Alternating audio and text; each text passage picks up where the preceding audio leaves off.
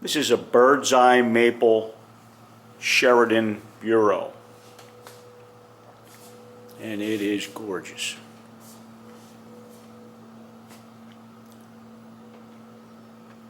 The figuring in that wood was accented intentionally, of course.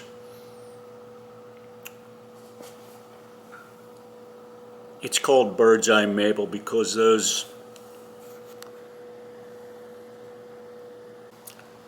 But anyway, it's a beautiful chest, and I've spent I picked it up. I thought I got a really good deal on it, but it had some problems I needed to fix.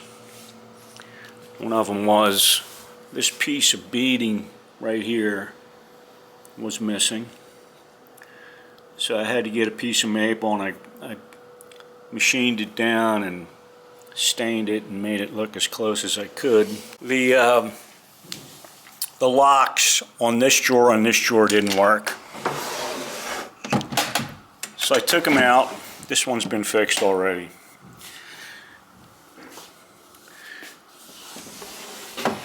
I took them out, but you can see where it was curved out, and I've got the lock over on the bench to open it up and figure out what went wrong. Now, when I did this one, what happened was there's a spring inside that broke. And in order to understand, you know, once it breaks and you open it up, you can't, you know, you're looking at a broken spring, you don't know where it was setting and how much tension was on it and this and that and the other thing. So I had to take a lock out of here that was still in good shape. It's still working. I took this lock off and opened it up to go to school to see where that spring exactly sat. And that's where I'm at now. So I'm going to do this lock down here. I want you to see this. In order to get a good look in here, I have to take this cover off. The way they put them on is you've got some proud posts sticking up, two of them, one here and one here.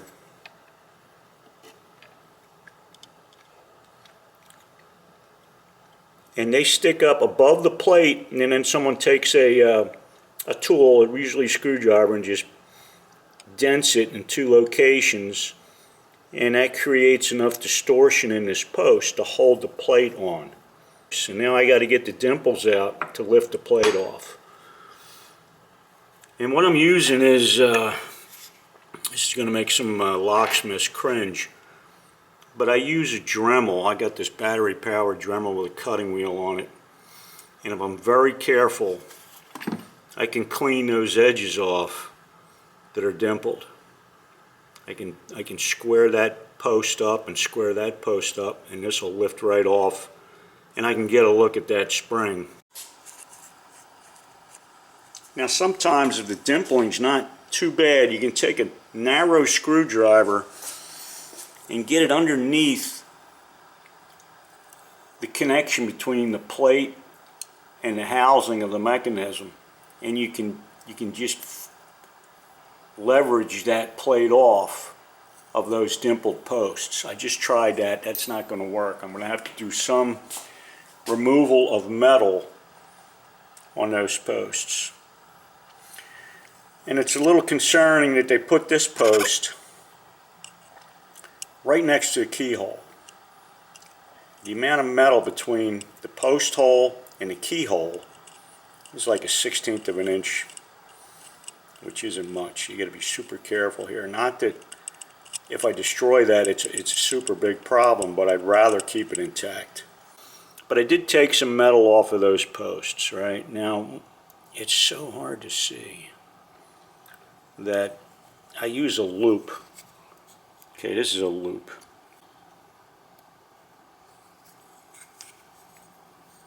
And see what else has to be done to them. That's pretty close. You can see that distance between the keyhole and the post hole. Same up here. So I got this post loose. And the way you do it is you just keep taking little tiny bits of metal off. You can see how much I've removed on the plate, not much, of the post and the plate. So here we're looking at 200 years worth of dust and dirt. 1830s, almost 200. And the spring, which is right here, must have cracked right here. The other one was completely broken off. So now I'm going to have to get this spring out of here and put a new spring in. Now what I did is I checked the thickness, the caliper, and what I found was the same thickness is hacksaw blade metal. Okay, so I put the hacksaw blade in the vise and took that grinder, that Dremel grinder, and I cut it. Now when I get the spring out, and each lock is different slightly, they're not, they're all handmade. This isn't partly production, but mostly handmade. So the length of the spring has to be exact for this piece here. All right, let's call this a bolt. And I got the bolt out of the housing. I had to take a little bit of metal off right here so that I could wiggle it out of this slot here. And again, all these locks are slightly different, not just on this chest, but on any furniture. Now I have to take this screwdriver and knock the rest of this spring out of this key opening. So here's the old spring, the two pieces. That's the piece that was stuck in the key right here, and that's the piece that was cracked and just hanging loose. Now the new spring is in. It's in the key, and you can see the angle. It's much different than where it was. It was just hanging straight down because it was cracked right here.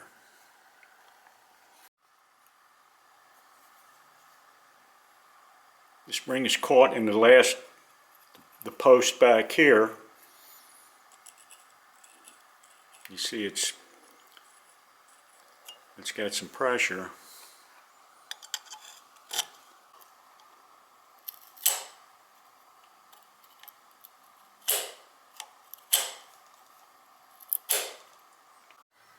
Now the plate has to go back on.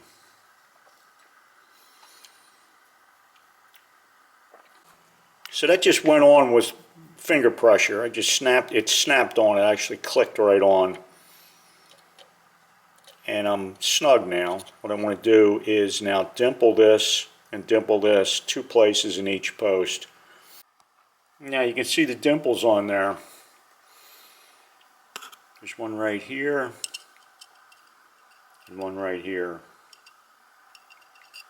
You see how this is mushroomed out. All I did, I took a screwdriver and I tapped it. Now that's soft metal, you can't beat it. You just tap it and that'll collapse just the way you see it.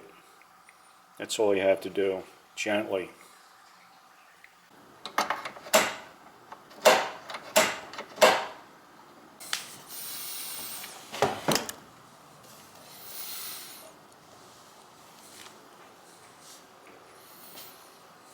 Gorgeous piece.